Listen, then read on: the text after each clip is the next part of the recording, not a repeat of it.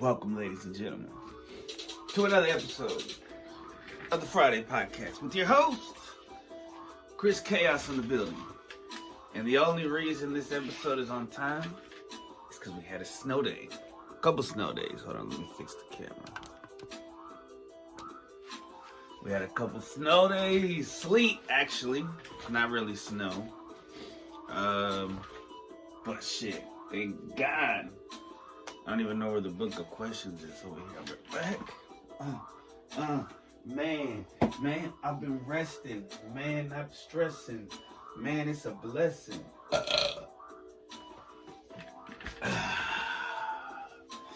It's all white outside with ice, and then there's a beautiful red cardinal flying right now.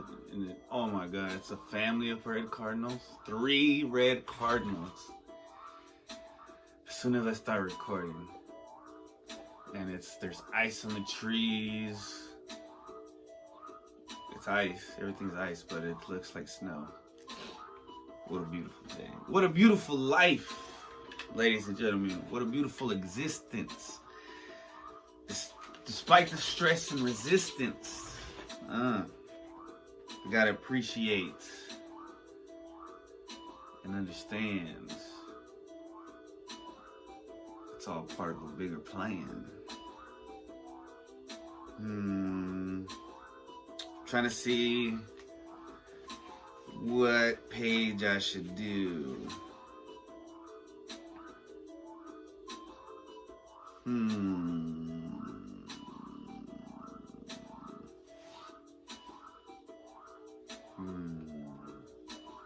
Whoa, this is a good one. Blank page. Sorry, that was, should I say anything else? What else has been going on? So many birds are so active during this time period. We let my 2 outside cats inside. I don't know what kind of bird that is. Every time I bust out my binocular, I don't see any birds. But now that I'm recording and I can't just stand at the window, now I'm seeing all the fucking birds. It's so amazing. It's funny. I love it though. They're here for the show. I just found my green screen, so hopefully we can use that eventually. You know what I'm saying? Life is good. I've been sleeping a lot, playing Minecraft, making clips, watching movies, podcasts, just chilling like a villain, reeling, never stealing. Nothing but some hearts. I don't mean to break them hard. Yeah, we're in February. My birthday month. Shout out to all the Aquarius season. Alright. What is one? No, I don't know which ones to do. How y'all been, man? I hope y'all been good. I hope everything's been good. I feel like I could have been more active these past couple of days doing some exercise. I did push-ups one day. I gotta do some sit-ups, man. Because I'm definitely gaining weight. No hate to anybody gaining weight. It's all good. Somebody just text me. This synchronizes with what I texted. Synchronicities, man. I was going through some old synchronicities in a planner. And I wrote some down. Some of them are like teacher and I don't know, some other ones, which is pretty interesting. And that was like 2 years ago. I was drawing a little bit, just trying to kill time. I feel like I'm not wasting time, even though I am.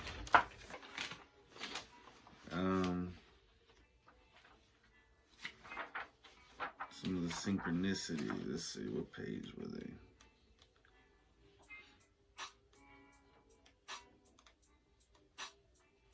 For a while, I was also like writing down all the angels' numbers I would see.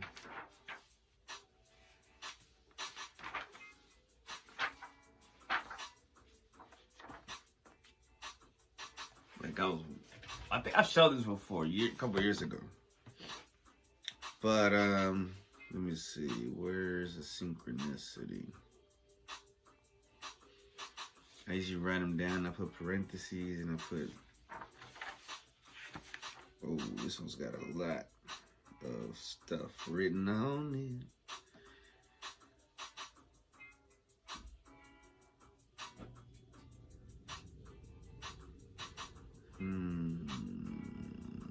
I just read this one. Hung out with Odd Squad and cousin smoked us out, laughed hard. In February 6th of 2021. 2 years ago.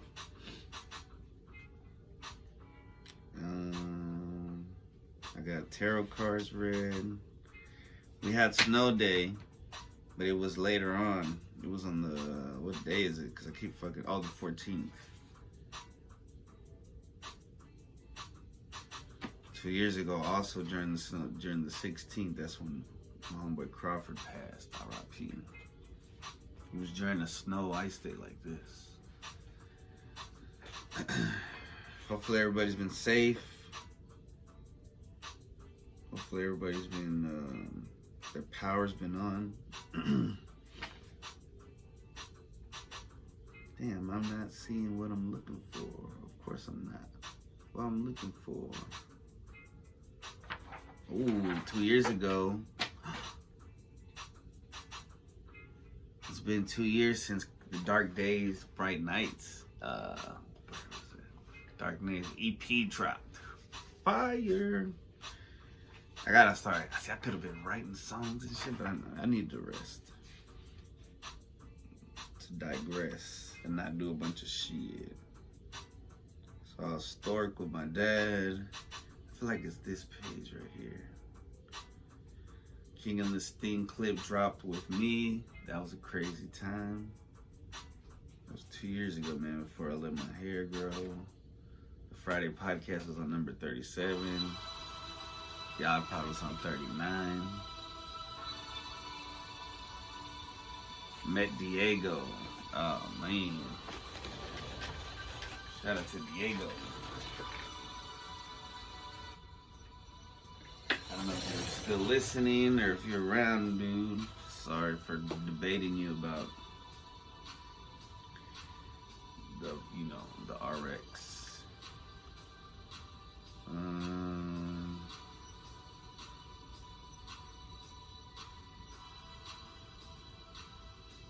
where is it?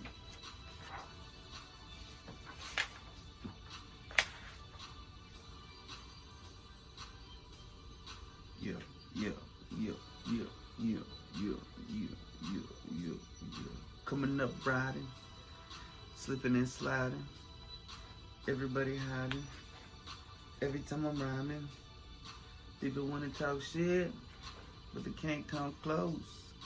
Every time I drop hits, everybody go ghost. Everybody get scared, everybody don't know. Okay, here's synchronized words. Open and foundation. So for some reason, those words on April 2nd, where we had no work, for some reason, it was Good Friday. So my crazy ass is thinking, what if I put together all the synchronized words that I've ever been, what if it's like a message? Because this is from a couple years ago, but I don't always, then in May, synchronicity teacher. So in those 2 months, it was teacher, foundation, open. So I'm like, well, what does that mean? Maybe it means something. But I should be, maybe I should and I shouldn't, but it's coincidence. I think it's synchronicity for some fucking reason. Like maybe one day I'll be a teacher and I'll open a foundation. You know what I'm saying? Haven't really drawn anything lately. Actually, I did. What did I draw yesterday? Some weird shit. Probably can't see it that well. Something with eyes. Eyes are the windows to the soul, man. Alright, random questions. Fuck it. Are you a planner or spontaneous? Planner. Definitely planner. And it's not because I want to be. I want to be spontaneous. And sometimes I'm spontaneous. But Mostly I'm a planner because of the anxiety that is induced when I don't plan. I need a pen and I didn't plan ahead. So I'm pretty spontaneous, even if I don't want to be when it comes to my head. No dread. I done bled. I done shed some tears. No more fears. What is the biggest compromise you've made in your life? Compromise. Probably had to do with like, oh, there's a beautiful gray and yellow bird just flew away.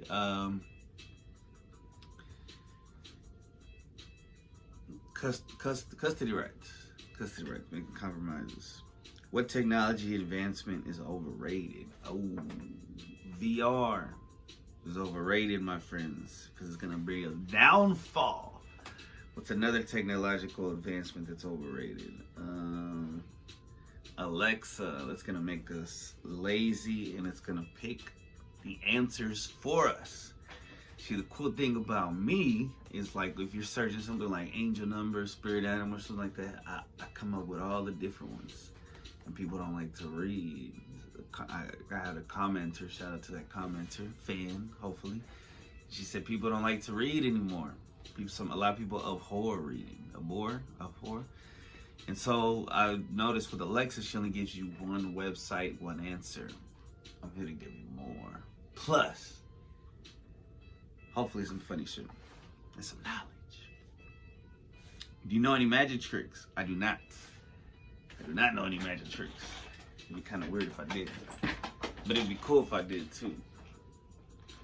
If you were going to take up painting as a hobby, what is the first thing you tried to paint? Definitely a landscape, like Bob Ross. I'd probably try to paint my view from the backyard, which is probably difficult. It's a lot of trees with no leaves, and all the branches have ice and stuff. It would take forever. Do you think artists should censor their work so they don't offend anyone? Heck no, man. I don't think so at all, man. But a lot of the mainstream media doesn't agree with that. So that might be a controversial take. Shouldn't be. What is the first thing you notice about other people? The eyes. The eyes. If they're like scared, nervous, comfortable, confident.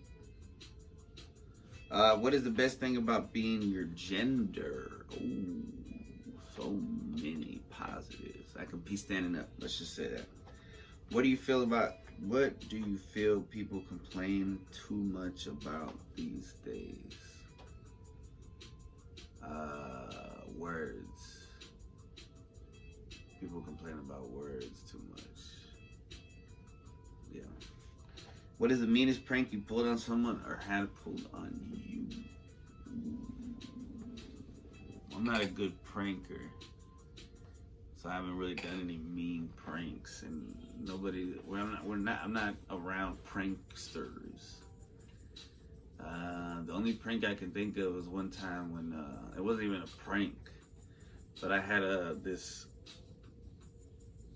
like bandage thing, this bandage wrap that I had on for my ankle whenever I sprained it in soccer, and I put it on my arm one time, and somebody came to the door from school or whatever on the weekend, and I was like, oh yeah, broke my arm. They're like, damn. I thought it was funny for some reason. If you swap genders for a day, how would you spend it? Ooh. The first thing that comes to mind would probably give me cancer. What kind of bird is that? It's like gray, white, a little bit of yellow. I kind of want to bust out the monocular before it flies away. And it already flew away. But maybe next time I'll be able to see it. Let's see. Something just flew by.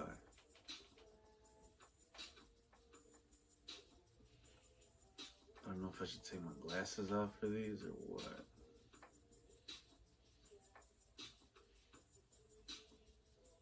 Alright, whatever.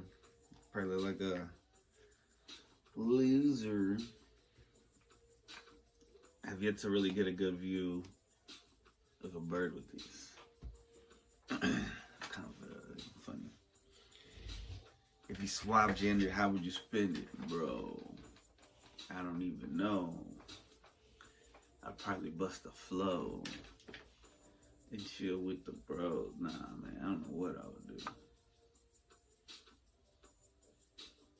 Yeah, everything I can think of is just bad. What's the most valuable thing you own? I'm not gonna say that shit. Probably my phone. Probably. My soul. My soul, man. My soul's the most valuable thing I own. Have you ever built anything? If so, what? Have I built anything? Yeah, at work I had to build a shelf, and I didn't. Do you believe in spanking as a form of discipline or never? I don't know, man. With my kid, I didn't, and I wouldn't, and I don't think I could. But sometimes I think that some kids need it, but it could be wrong. It could be that it's deeper than that, and that's not gonna solve it, obviously. Who do you think is the best Olympian ever? Bro, I don't know no Olympians. I know Sha'Carri Richardson, right? I think she was kicked out for weed. And so who's another Olympian? Michael Phelps. Who didn't get kicked out for weed. I guess he talked about it later. He wasn't on it at the time. It's kind of interesting. Oh, man. That's not good. Who's another Olympian? I think Usain Bolt.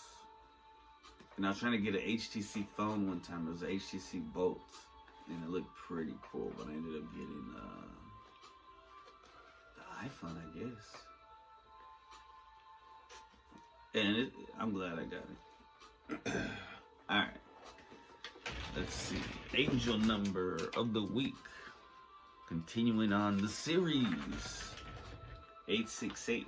Today we have one source. But it's okay because I did some research. And it's not just a quick answer. Because I was talking shit about Alexa earlier, just having one source, but whatever. So number 868 is a blend of the attributes and influences of the numbers 8 and 6, with the number 8 appearing twice, multiplying and amplifying its vibrations. Number 8 is the number of practicality, challenge, consideration, inner strength and self-confidence, efficiency, self-discipline, discernment and good judgment, stability and self-sufficiency. 8 also relates to the concept of karma, the universal spiritual law of karma. 6 is associated with the monetary and financial aspects of life, economy, provision, and providing for home and family, grace and gratitude, mediation and compromise, responsibility, nurturing, care, solution finding, and problem solving. Synchronicity with the question earlier that talked about the biggest compromise I ever made. Angel number 868 is an auspicious message from your angels. And I looked up what auspicious means, and it just means fortunate or positive. Indicating that material abundance, achieving goals, and success are ahead of you. And that infinite abundance and supply are always available to you. It is a message to put your natural skills and talents to good use and maintain an optimistic and positive attitude in order to continue manifesting prosperity and to ensure that all of your monetary and material needs are met and provided for throughout your life. 868 may also be suggesting that a material possession is about to leave your life. If you do not intend to lose or sell anything in your material life, make a point of changing your thoughts to alter this direction. Take stock of all that you have in your life, as it may be implying that it is time to declutter your home or life in general, and be rid of the old that no longer positively serves you. If you are intending to sell or be rid of something material in your life, 868 is a sign that your wish is about to come true and your item will sell or leave your life quickly. Thank it for its service to you, then let it go with love and gratitude. Interesting. I don't think I'm trying to sell anything. But I definitely need to declutter. I could have been doing that these past 2 days, but fuck it. Whenever you have fun, it wasn't wasted. Alright, so spirit animal of the week. Usually I'm up here high with the birds and stuff and the butterflies and stuff, but now, today, it's an earthworm. Shout out to Earthworm Jim. So spirit-animals.com says, in general, the earthworm symbolism is letting you know how to dig deep. No, letting you know to dig deep. In other words, this spirit animal's presence asks you to look within yourself to discover your real strengths and potentials.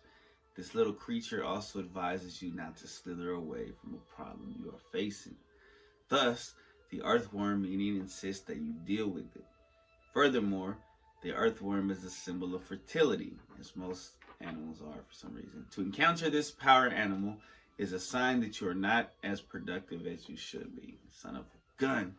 The message here is to reevaluate your life, improve in those areas where you aren't accomplishing much. Moreover, the word earthworm symbolizes the harmonious union of the masculine and feminine elements within one's being. That's cool. And the bird just flew this way. Additionally, the spirit animal teaches you to take care of the environment. When the earthworm appears to you, it confronts your fear or dislike of engaging in such activities as gardening and tree planting. It also asks you to care for other living creatures and to acknowledge nature and its integral role in your life. Alternatively, earthworm symbolism reminds you to trust your emotions and act on them. There's a famous saying that you shouldn't always do what feels right to you. That's true, but when the spirit animal appears to you, it encourages you to completely trust those icky feelings you are having about something or someone. Take that with a grain of salt. And what's interesting about earthworms, for some reason, when I was a kid, me and my sister, we would put earthworms in like Easter eggs, plastic Easter eggs, and then we would like go back and look at them, and they'd be all fucking dried up and dead and shit. It's weird. All right, I'm gonna take a break. Come right back. Oh, that bird's right there. I'm trying to see the bird with the binocular. Let's see. Where is it? On the binocular. It's right there in the real life.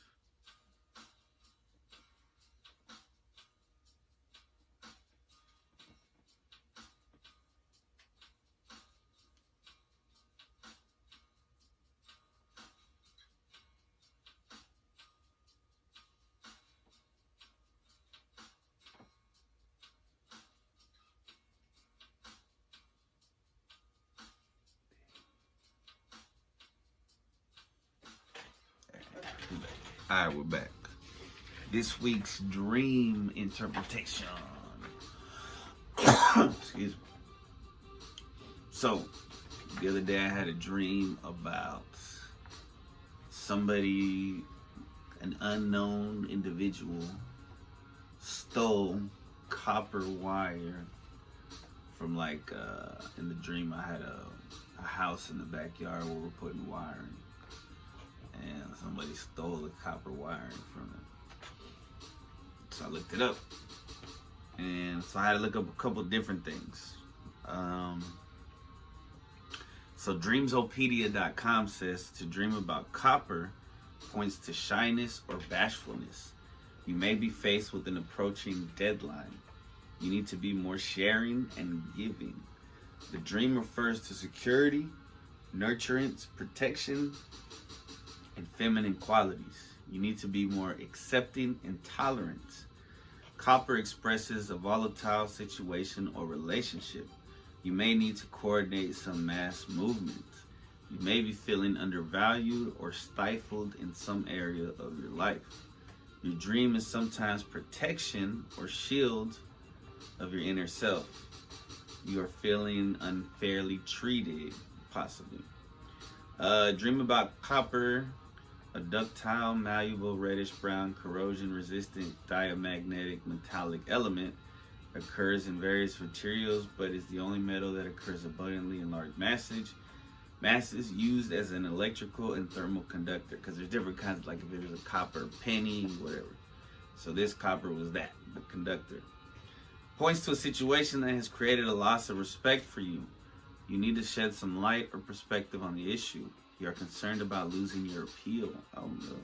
The dream is about spreading the word of God. You are decked out for some special occasion. Whoa. All right. So, it's a dream about a stranger stealing from you, because that's the other part of the dream. From MillersGuild.com says, if a person you don't know steals from you in the dream, your subconscious is warning you to stay discreet. You do not know what the true intentions of people around you are. You might be opening up too much to somebody, while all they might be thinking are the ways to use the information to strike you down. This dream means that you're feeling insecure and vulnerable in your waking life. Thus, it would be best not to disclose too much information about yourself and your business to untrustworthy people. Damn, I gotta remind myself that shit all the time. Oniflow.com says, what does it mean for somebody to steal something from me who is unknown? If somebody you do not know takes something from you in the dream, it can indicate that you are feeling vulnerable in life. We don't want people to know our business, and it's much better to remain discreet. I have decided after many years I don't give much information away from anymore to my friends. I think that you only learn this through age, and it really depends on the situation and the people you are socializing with. To dream of somebody... Your dream of seeing somebody you do not know stealing something from you is a warning that you need to just keep your cards close to hand.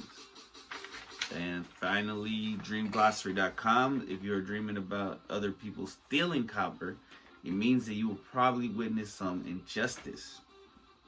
It is possible that you will have a chance to decide on someone's fate with a group of other people, and that you will be outnumbered. You will simply not be able to influence their decision because most people will disagree with your opinion. That sounds like a tough dream. What's the most positive aspect of that? You need to be more sharing and giving. That's cool. It refers to security, nurturance, protection. You need to be more accepting. That's cool. It's about spreading the word of God. You're decked out for some special occasion. Your subconscious is wanting you to stay discreet. So it's quite interesting. That's part of an interesting interpretation. Let's see. I need to take another break. Alright, I had to eat something, guys. Sorry. Anxiety News with your host, Chris Chaos. Okay. So, apparently, digital hoarding could be linked to anxiety. Say some researchers, and technology may be to blame. Well, obviously, digital hoarding, who else is to blame but technology? I mean, the creators of it. I got turned down.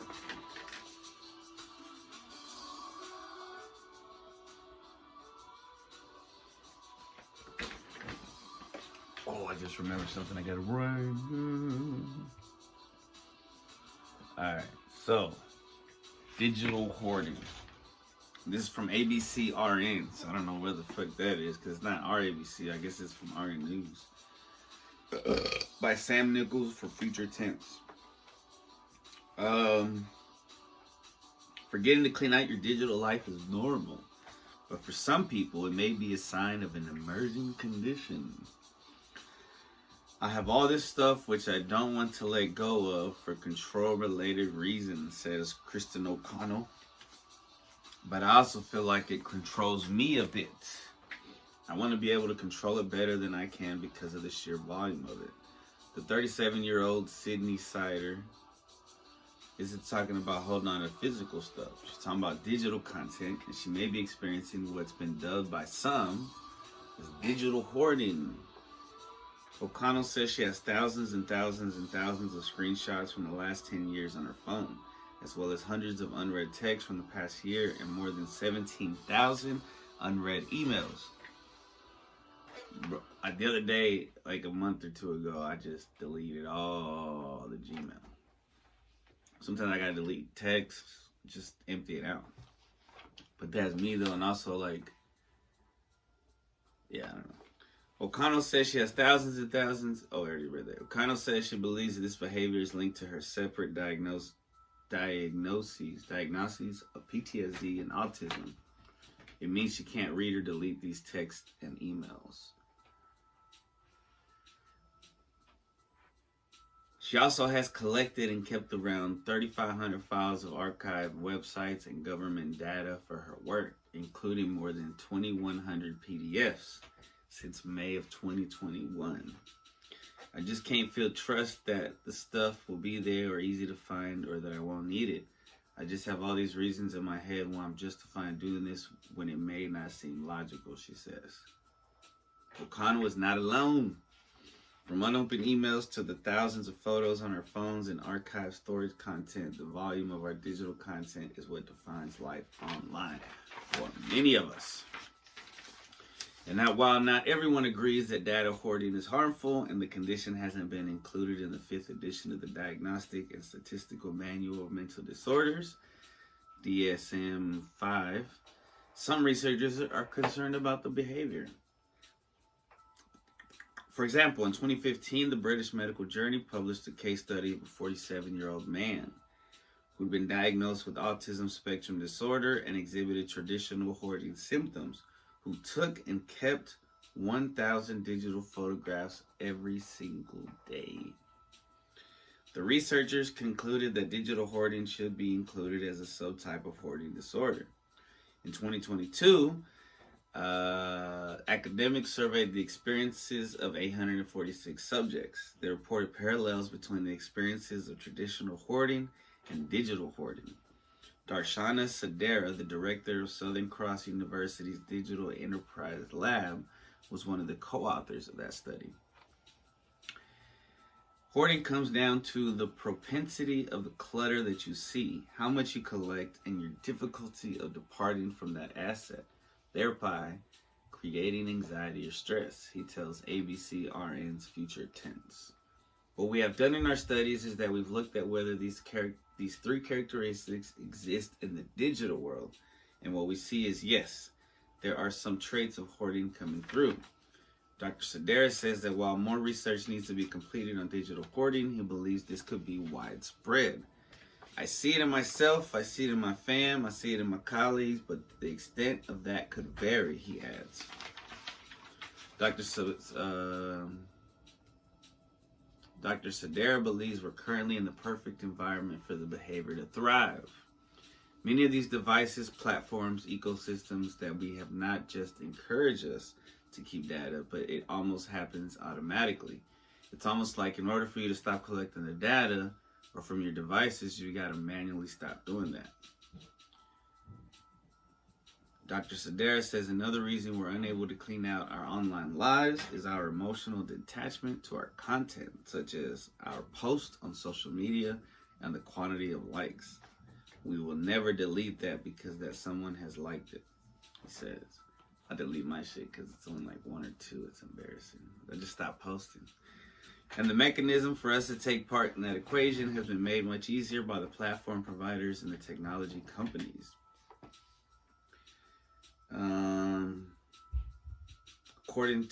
So he worries about the impact that the hoarding of digital content may have on our mental health. According to his 22 study, 37% of the respondents said their digital hoarding caused anxiety. Dr. Sedaris says that his study also found there's a direct relationship between the number of digital devices you own and a feeling of anxiety. Oh, because imagine they got the video game systems, and they got the computer, and they got the tablet, and they got the phones, and they're hoarding and all that shit. Whoa.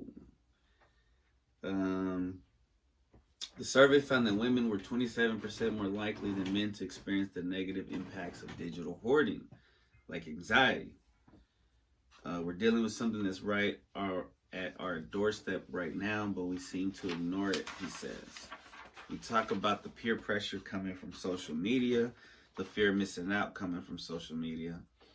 Digital hoarding would be at the same level, if not bigger. Given that our lives are likely to continue to be dominated by digital content and social media, Dr. Darshana says digital hoarding, will likely only get worse. So this is going to be very, very difficult for individuals in the future. Not everyone agrees with Dr. Darshana's concerns. Cassie Goodwin, a 42-year-old based in Sydney, believes she's a digital hoarder. She has kept about 20 years worth of digital emotional touchstones, including emails and archived instant messenger conversations within about 8 terabytes of data. Whoa, IM messages, conversations. She says that by holding on to this content, she's able to hold on to mementos of her friendships. These are of particular value because her long history of trauma has left her with mental health issues and memory problems, and these mementos fill the gap. Holding on to all this data and all this digital memorabilia really helps fill my memory gaps. It gives me a sense of permanence almost to things that can slip away very easily. Because I am aware of how much my mental health issues mess with my perception of what's true and what's real. I mean, it's digital, but it's external proof that someone did care about me. Goodwin believes there are many different experiences of digital hoarding, some positive, some negative.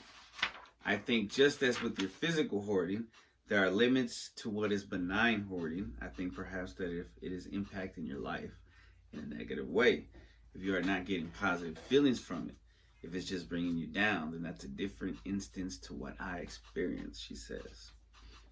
But I can certainly see how that could happen. I just don't think it's an inherent result of digital hoarding. I think they can go a couple different ways, says this lady. This cool lady who they interviewed, that 42-year-old. Because, yeah, I see it both ways, too. Like, it just depends on the person. It's not inherently negative. Just like the internet's not inherently negative. It just becomes that we use it in a negative way. And hoarding and collecting and shit like that. Very interesting, very interesting, very interesting. Alright, so the movie review. I'm going to do what I was going to do last week, and I'll save this one for next week. Luca! Because this one got me. This one did make me cry. It's a 2021 American computer animated coming-of-age fantasy film produced by Pixar. So it's Pixar. For Walt Disney. The film was directed by Enrico Casarosa in his feature directional debut. Damn, your first movie directed, and it's a Walt Disney one. It's no small feat.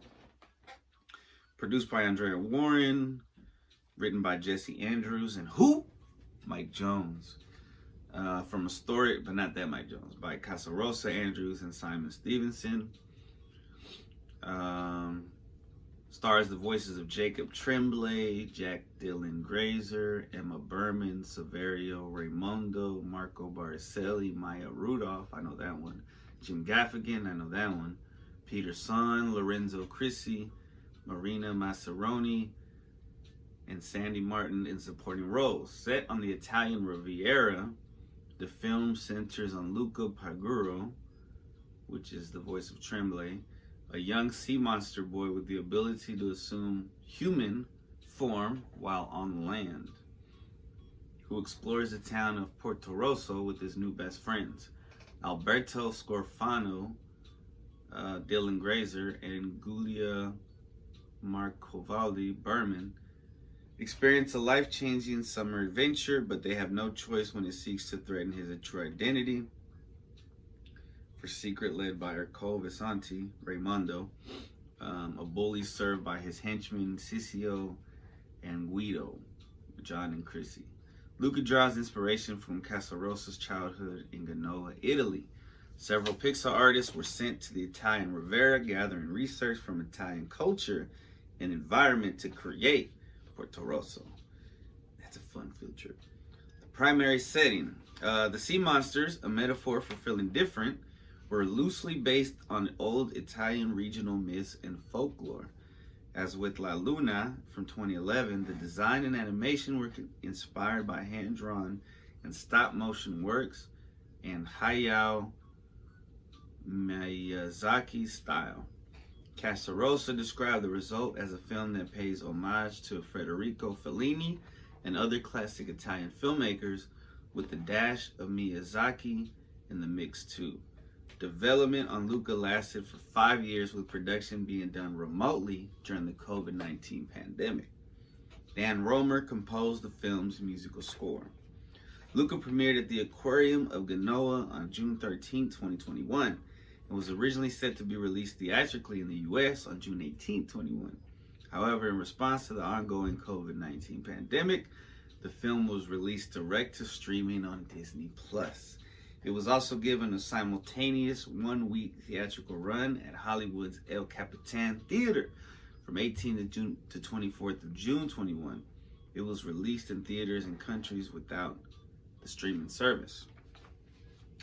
The film received generally positive reviews from critics, with praises for its visuals, voice acting, and nostalgic feel. It was also the most viewed streaming movie of 21, with over 10.6 billion minutes watched. And I barely watched it in 22 or 23, probably 22. 22, 23. It was nominated for Best Animated Feature Film at the 79th Golden Globe Awards and 94th Academy Awards, but lost both awards to Encanto. A related short film starring Alberto titled Ciao Alberto was released on Disney Plus on November 12, 21. I need to watch that. And my thoughts on Encanto winning. Encanto is cool. It's got a lot of music. The music will Luca doesn't have a lot of music, but it's more of a guy film, a boy film. Encanto's more of a girl film, I think. But Encanto is also for everybody. I think Luca was too, but I think it's more of a old school type movie. So on July 30th of 2020, Pixar announced a new film titled Luca as an Italy set coming of age story, with Casarosa directing and Warren producing.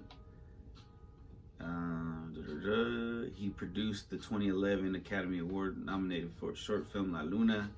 It is the first Pixar film to be made exclusively at crew members' homes because of the closing of Pixar campus in Emeryville, California, due to the COVID-19 pandemic. However, Casarosa stated it took 5 years to complete the development of Luca.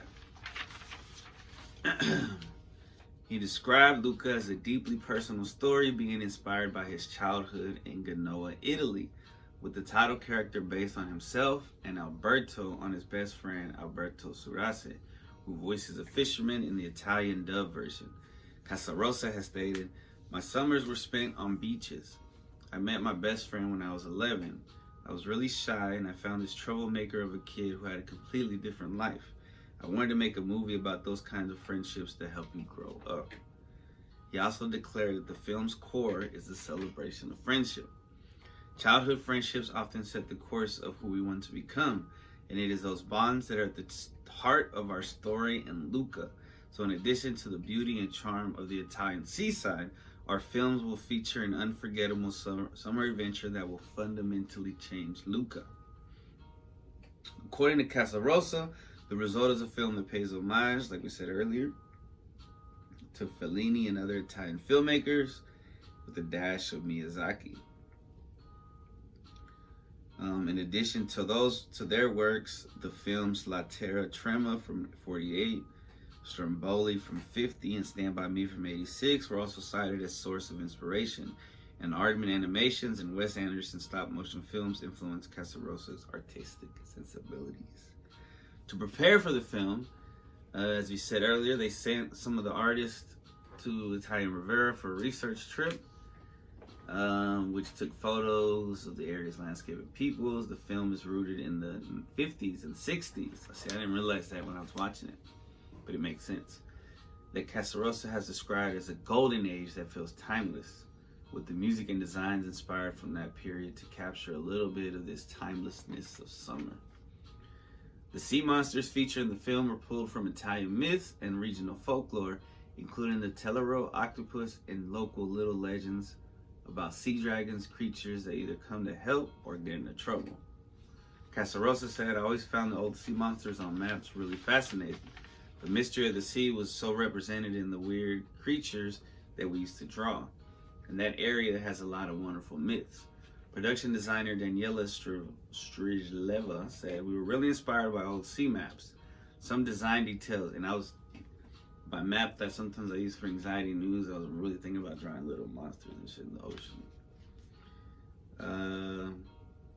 How decorative their scales are and the curve of their tails. Casarosa also stated that sea monster is a metaphor for feeling different. Disney filed for copyright registry the names Porto Rosso and Isola del Mar, or Sea Island. In the final film, Luca's surname is Paguro, Italian for hermit crab, while Porto Rosso is the name of the village which the film is set. Casarosa stated that the movie is a celebration of friendship and a love letter to the summers of our youth, those formative years when you're finding yourself. Man, it gives me a flashback to my summers of youth. The title character is based on himself, and Alberto on his best friend of the same name. He was timid.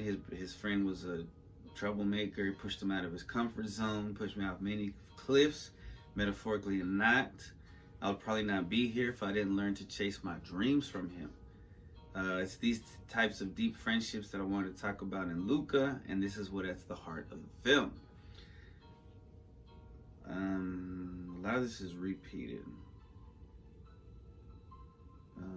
We were also a bit of outsiders, so it felt right to use sea monsters to express the idea that we felt a little different, not as cool, and not as cool kids. I always found the monsters fascinating on the maps. There's a theme of openness, showing oneself and self-acceptance, as well as community acceptance, confronting the idea that there's more to sea monsters than they realize. You know, they've only seen it through one perspective, one lens, and so I think it's a wonderful theme in the film, which is that those ideas weren't right and that there's more to learn. Casarosa agreed, we hope that sea monster could be a metaphor for all manners of feeling different, like being a teen or even preteen, any moment where you feel odd. It felt like a wonderful way to talk about that and having to accept ourselves first, whatever way we feel different. Some have seen Luca and Alberto hiding their true sea monster identities as an allegory for people who are members of the LGBTQ plus community, feeling as though they need to hide their true selves in order to be accepted. Casarosa said this was unintentional and that his original vision for the film was to explore the time in a child's life before romance. But he has welcomed the interpretation after the film's release, also stating, while I identify with pronouns he, him, and I am a straight man, the themes of diversity, acceptance, and inclusion in our movie are dear to my heart.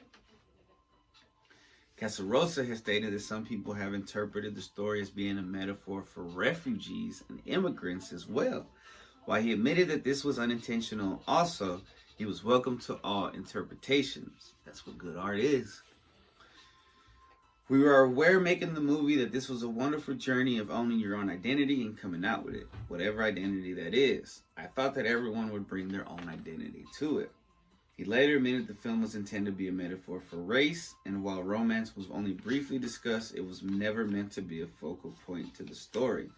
Some people seem to get mad that I'm not saying yes or no, but I feel like this is a movie about being open to any difference. Interesting. Yeah, because it came out with a bunch of articles saying if the main characters in Pixar is gay, if Pixar is Luca.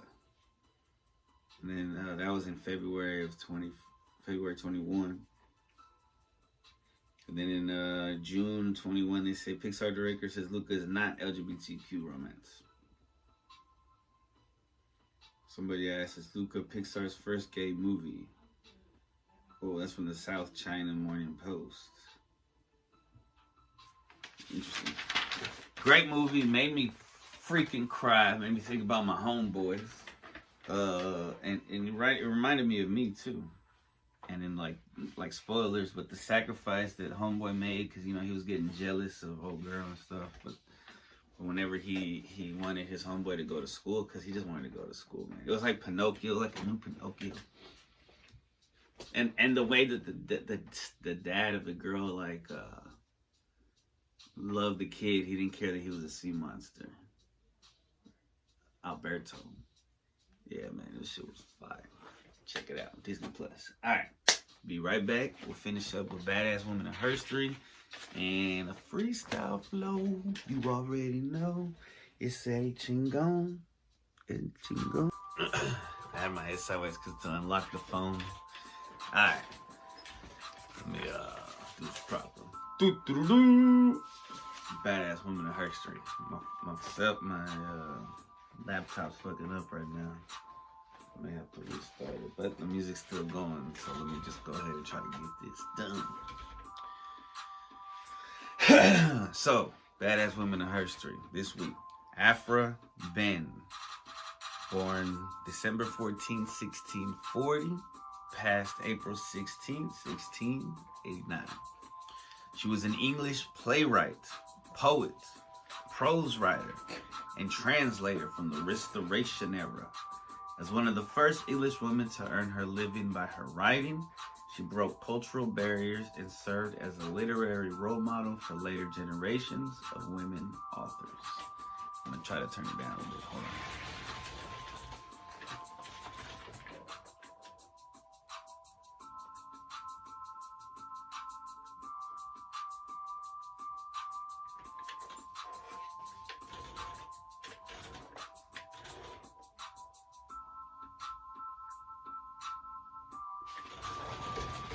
Didn't work. Just keep trying. She is remembered.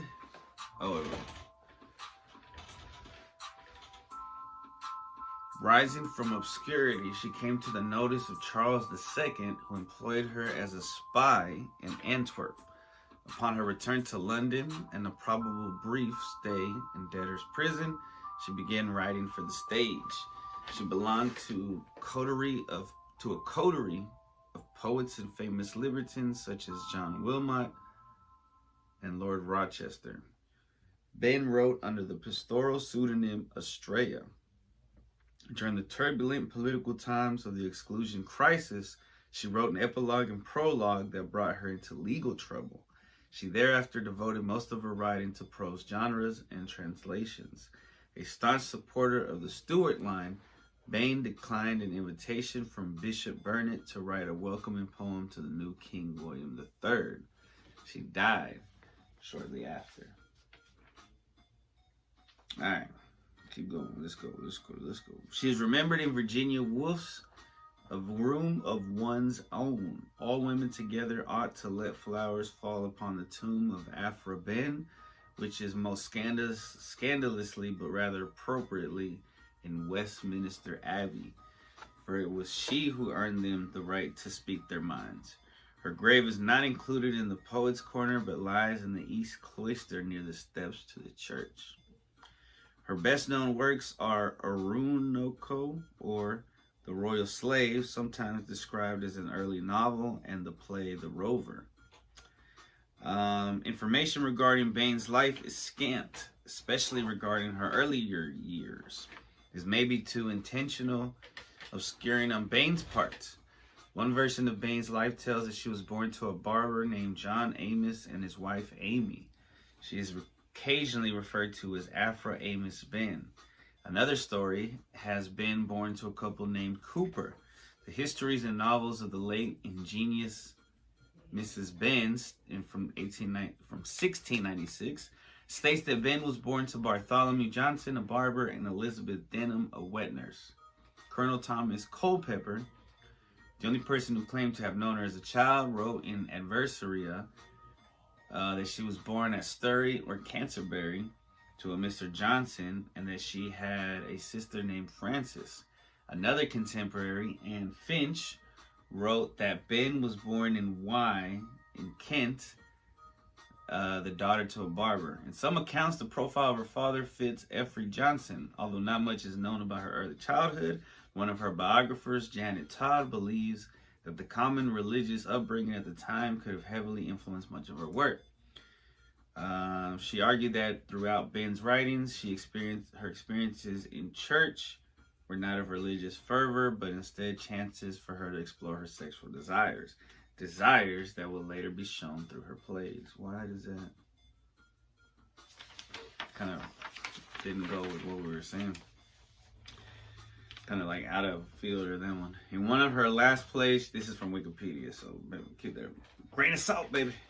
In one of her last plays, she writes, "I have been at the chapel and seen so many beaux, such a number of plummies, I could not tell which I should look on the most." Another version of her life says she was born to Aphra Johnson, daughter to Bartholomew and Elizabeth Johnson of Harbledown in Kent. Her brother Edward died when he was 6.5 years old. She is said to have been betrothed to a man named John House in 1657. It is suggested that this association with the House family is what gave her family the colonial connections that allowed them to travel to Suriname.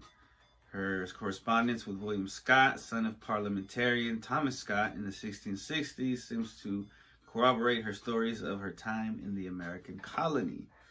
Her education. Although Ben's writing shows some form of education, it's not clear how she obtained the education that she did. It was somewhat taboo for women at the time to receive formal education, Janet Todd notes.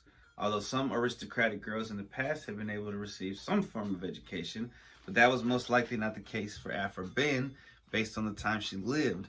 Self-tuition was practiced by European women during the 17th century, but it relied on the parents to allow it to happen. She likely spent time copying poems and other writings, which not only inspired her, but educated her. It's important to note, so that means that she educated herself in a way. It's important to note that Aphra was not alone in her quest of self-tuition during this time period. And there are other notable women, such as the first female medical doctor, Dorothea Leperine, who made efforts to self-educate. In some of her plays, Aphra Ben shows this same towards this English ideal of not educating women formally. She also, though, seemed to believe that learning Greek and Latin, two of the classic languages of the time, was not as important as many authors thought it would be. She may have been influenced by another writer named Francis Kirkman, who also lacked knowledge of Greek or Latin, who said, "You shall not find my English Greek here, nor hard cramping words, such as will stop you in the middle of your story to consider what is meant by them." Later in life, Aphra would make similar gestures to ideas revolving around formal education.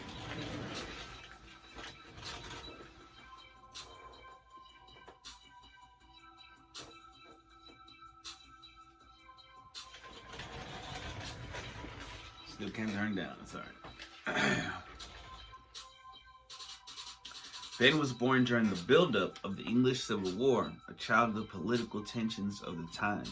One version of Ben's story was her traveling with the Bartholomew Johnson to the small English colony of Suriname, later captured by the Dutch. He was said to die on the journey, with his wife and children spending some months in the country, although there is no evidence of this. During this trip, Ben said she met an African slave leader whose story formed the basis for one of her most famous works, Orinoco. It is possible that she acted as a spy on the colony. There is little verifiable evidence to confirm any one story. In Orinoco, Ben gives herself the position of narrator, and her first biographer accepted the assumption that Ben was the daughter of the Lieutenant General of Suriname, as in the story. There is little evidence that this was the case, and none of her contemporaries acknowledged any aristocratic status. Her correspondence with Thomas Scott during the time of her stay in Suriname seems to provide evidence for her stay there. Also, later in her career, when she found herself facing financial troubles in the Netherlands, her mother is said to have had audience with the king in an attempt to secure Aphra's way home, implying there may have been some form of connection with the aristocracy, however small. There is also no evidence that Orinoco existed as an actual person or that any such slave results as is featured in the story really happened. Writer Germaine Greer has called Ben a palimpsest. She has scratched herself out, and biographer Janet Todd noted that Ben has a lethal combination of obscurity, secrecy, and staginess, which makes her an uneasy fit for any narrative, speculative, or factual. She is not so much a woman to be unmasked as an unending combination of masks.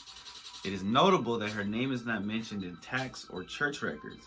During her lifetime, she was also known as Anne Ben, Mrs. Ben, Agent 160, and Estrella. Her career. Shortly after her supposed return to England from Suriname in 1664, Ben may have married Johann Ben, also written as Johann and John Ben. He may have been a merchant of German or Dutch extraction, possibly from Hamburg. He died, or the couple separated soon after 1664. However, from this point, the writer used Mrs. Ben as her professional name. In correspondence, she occasionally signed her name as Ben or Bean. Ben may have had a Catholic upbringing. She was once commented that she was designed for a nun. And the fact that she had so many Catholic connections, such as Henry Neville, who was later arrested for his Catholicism, would have aroused suspicions during the anti-Catholic fervor of the 1680s. She was a monarchist, and her sympathy for the Stuarts, and particularly for the Catholic Duke of York, may be demonstrated by her dedication of her play, the second part of The Rover, to him after he had been exiled for the second time. Ben was dedicated to the restored King Charles II. As political parties emerged during this time, Ben became a Tory supporter. By 1666, Ben had become attached to the court, possibly due to the influence of Thomas Culpeper and other associates. She had also been placed in Westminster in lodgings. What's cool about Culpeper is that later on, they have the Culper firing George Washington, like 100 years after that.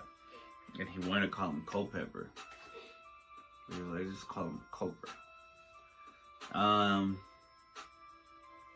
It was his connections to John Hassel and Duke Abel Morrow that led her to eventual mission in the Netherlands. The Second Anglo-Dutch War had broken out between England.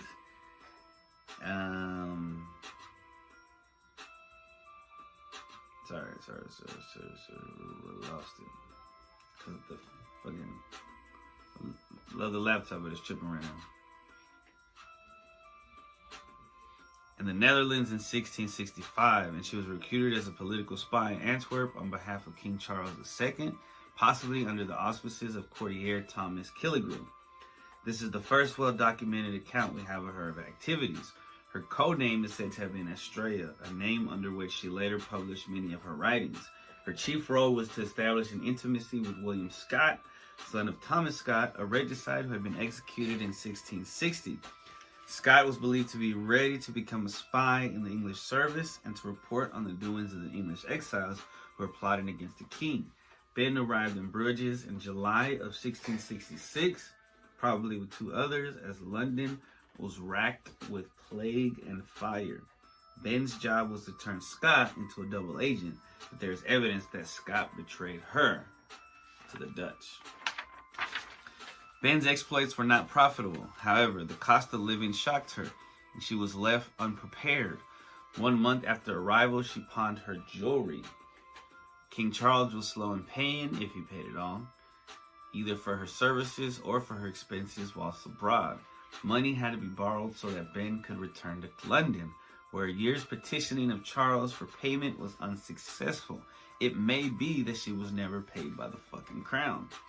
A warrant was issued for her arrest, but there is no evidence it was served or that she went to prison for her debt, although apocryphally that is often given as part of her history. Forced by debt and her husband's death, debt and death, Ben began to work for the King's Company and the Duke's Company players as a scribe. She had, however, written poetry up until this point. While she is recorded to have written before she adopted her debt, John Palmer said in a review of her works that Miss Benn wrote for a livelihood. Playwriting was her refuge from starvation and a debtor's prison. The theaters that had been closed under Cromwell were now reopening under Charles II, plays enjoying a revival. Under Charles II of England, prevailing Puritan ethics were reversed in the fashionable society of London. The king associated with playwrights that poured scorn on marriage and the idea of consistency in love. Among the king's favorite was the Earl of Rochester, John Wilmot, who became famous for his cynical libertinism. In 1613, Lady Elizabeth Carey had published The Tragedy of Miriam. In the 1650s, Margaret Cavendish published 2 volumes of plays, and a 1663 translation of Corneille's Pompeii by Catherine Phillips was performed in Dublin and London. Women had been excluded from performing on the public stage before the English Civil War, but in Restoration England, professional actresses played the women's parts. In 1668, plays by women began to be staged in London. Benn's first play, The Forced Marriage, was a romantic tragicomedy on arranged marriages and was staged by the Duke's Company in September of 1670. The performance ran for 6 nights, which was regarded as a good run for an unknown author. 6 months later, Benn's play, The Amorous Prince, was successfully staged. Again, Benn used the play to comment on the harmful effects of arranged marriages. Benn did not hide the fact that she was a woman. Instead, she made a point of it. When in 1673, the Dorset Garden Theatre staged The Dutch Lover, critics sabotaged the play on the grounds that the author was a woman.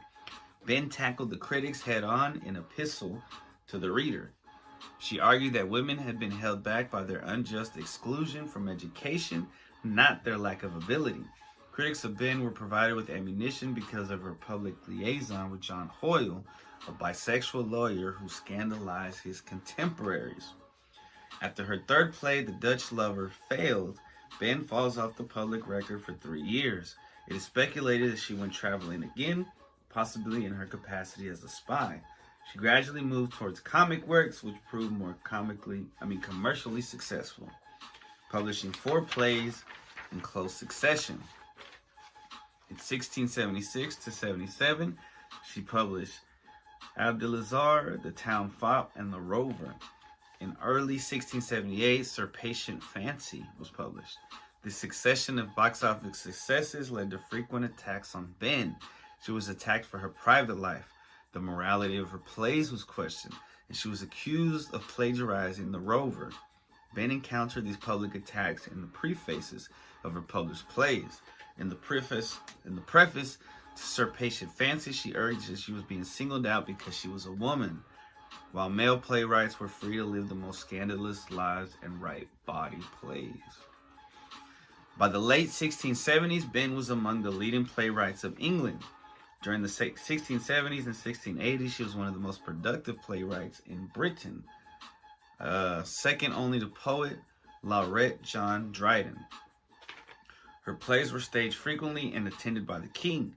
Benn became friends with notable writers of the day, including John Dryden, Elizabeth Barry, John Hoyle, Thomas Otway, and Edward Ravenscroft, and was acknowledged as part of the circle of the Earl of Rochester. The Rover became a favorite of the king's court. Because Charles II had no heir, a prolonged political crisis ensued. Benn became heavily involved in the political debate about the succession. Mass hysteria commenced as in 1678, the rumored popish plot suggested the king should be replaced with his Roman Catholic brother James.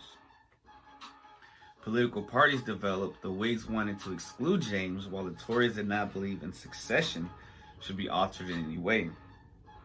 Benn supported the Tory position, and in 2 years between 1681 and 1682, produced 5 plays to discredit the Whigs. Propaganda. Benn often used her writings to attack the parliamentary Whigs, claiming in public spirits called good o' the Commonwealth, so though by different ways the fever sees. In all 'tis one and the same mad disease. This was Benn's reproach to Parliament, which had denied the king's funds. The London audience, mainly Tory sympathizers, attended the plays in large numbers, but a warrant was issued for Ben's arrest on the order of King Charles II when she criticized James Scott, Duke of Monmouth, the illegitimate son of the king, in the epilogue to the anonymously published Romulus and Hercilia of 1682. Charles II eventually dissolved the Cavalier Parliament, and James II succeeded him in 1685. Final years and death. Pardon me. In her last 4 years, Ben's health began to fail, beset by poverty and debt, but she continued to write ferociously, though it became increasingly hard for her to hold a pen. As audience numbers declined, theaters staged mainly old works to save cost. Nevertheless, Ben staged The Lucky Chance in 1686. In response to the criticism leveled at the play, she articulated a long and passionate defense of women writers in the preface of the play when it was published in the following year. Her play, The Emperor of the Moon, was staged and published in 1687, and it became one of her longest-running plays. In the 1680s, she began to publish prose. Her first prose work might have been the 3-part love letters between a nobleman and his sister, anonymously published between 1684 and 1687. The novels were inspired by a contemporary scandal which saw Lord Grey elope with his sister-in-law, Lady Henrietta Berkeley. At the time of publication, Love Letters was very popular and eventually went through more than 16 editions before 1800. She published 5 prose works under her name: Le Montre, or The Lover's Watch, 1686, The Fair Jilt, 88, Orinoco, or The Royal Slave, 88, History of the Nun, 89, and The Lucky Mistake, 1689. Orinoco, her best-known prose work, was published less than a year before her death. It is a story of the enslaved Orinoco and his love, Imoinda, possibly based on Ben's travels to Suriname 20 years earlier. She's also translated from the French and Latin, publishing translations of Tallemant, La Rochefoucauld, Fontenelle, and Brillac. Her 6th and final book was Abram Cowley's 6 Books of Plants. So she did, Discovery of New Worlds, popularization of astronomy, written as a novel in a form similar to her own work, but with her new religiously oriented preface. The History of Oracles. She translated a lot of dope books. She died April 16th, 1689, and was buried in the East Cloister, Westminster Alley. The inscription on her tombstone reads, "Here lies a proof that wit can never be defensed enough against mortality." She was quoted as saying that she had led a life dedicated to pleasure and poetry. Following her death, new female dramatists acknowledged Ben as their most vital predecessor, who opened up a public space for women writers. There were some collections of her stuff made. Until the mid-20th century, Ben was repeatedly dismissed as a morally depraved minor writer, and her literary work was marginalized and often dismissed outright. In the 18th century, her literary work was scandalized as lewd by Thomas Browne, William Wycherley, Richard Steele, and John Duncombe. Some haters. Alexander Pope penned the famous lines, "The stage, how loosely does Astrea tread, who fairly puts all characters to bed." Ooh. In the 19th century, so he's saying that everybody has to fuck in her plays. In the 19th century, Mary Hayes, Matilda Betham, Alexander Dice, Jane Williams, and Julia Kavanaugh decided that Ben's writing were unfit to read because they were corrupt and deplorable. Among the few critics who believed that Ben was an important writer were Leigh Hunt, William Forsyth, and William Henry Hudson. Shout out to those 3.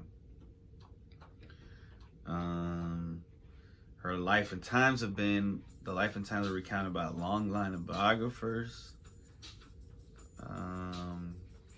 Of her considerable literary output, only Orinoco was seriously considered by literary scholars. This book, published in 1688, is regarded as one of the first abolitionist and humanitarian novels published in the English language. In In 1915, Montague Summers, an author of scholarly works on the English drama of the 17th century, published a 6-volume collection of her work in hopes of rehabilitating her reputation. They've been reevaluated since the 1970s by feminist critics and writers. The criticism of Ben's poetry focused on the themes of gender, sexuality, femininity, pleasure, and love. A feminist critique tends to focus on Ben's inclusion of female pleasure and sexuality in her poetry, which was a radical concept at the time she was writing. Like her contemporary male libertines, she wrote freely about sex. In the infamous poem, The Disappointment, she wrote a comic account of male impotence from a woman's perspective. Critics Lisa Zaitz and Peter Toms contended the poem playfully and wittily questions conventional gender roles and the structures of oppressions which they support. Ben wrote about these subjects before the technologies of sexuality we now associate were in place, which is, in part, why she proved so hard to situate in the trajectories most familiar to us. This one lady, what's her name? Virginia Woolf wrote, in a room of one's own, all women together ought to let, everybody should let flowers fall upon, I'm not trying to fuck up her quote. All women together ought to let flowers fall upon the grave of Aphra Ben, for it was she who earned them the right to speak their minds. Ben proved that money could be made by writing at the sacrifice, perhaps of certain agreeable qualities.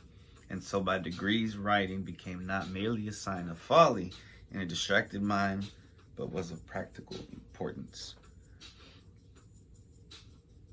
There's a current project of the Canterbury Commemoration Society to raise a statue to Canterbury-born Aphra Ben to stand in the city. That's pretty dope, man. Back in the 1660s, 1670s. That was like 300 years before our hippies. Whoa. All right, man. I'm going to take a break and I'll come back and bust a freestyle. Yo. Yeah. Okay. Yeah.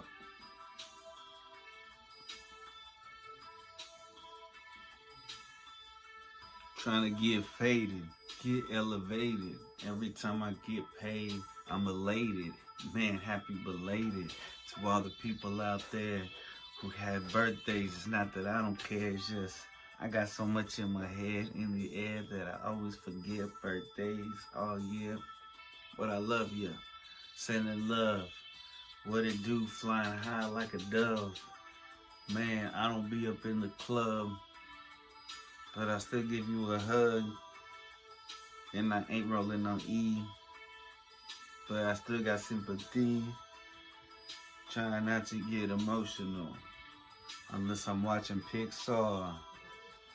Man, I'm smoking on some green, but I ain't popping no bars. Man, I'm shooting to the stars, but I'm gonna pass Mars.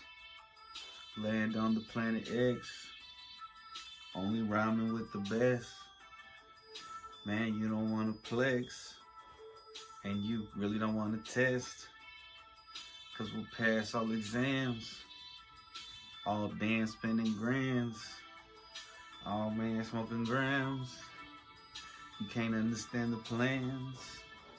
We gonna take over the lands, all the maps in our hands, got the globe in our toes. Man, fuck all you hoes. Shout out to all the bros, all the sisters and those people who got my back. No slack, rat-a-tat-tat, what about that? Welcome back. See y'all next time, baby. Yeah.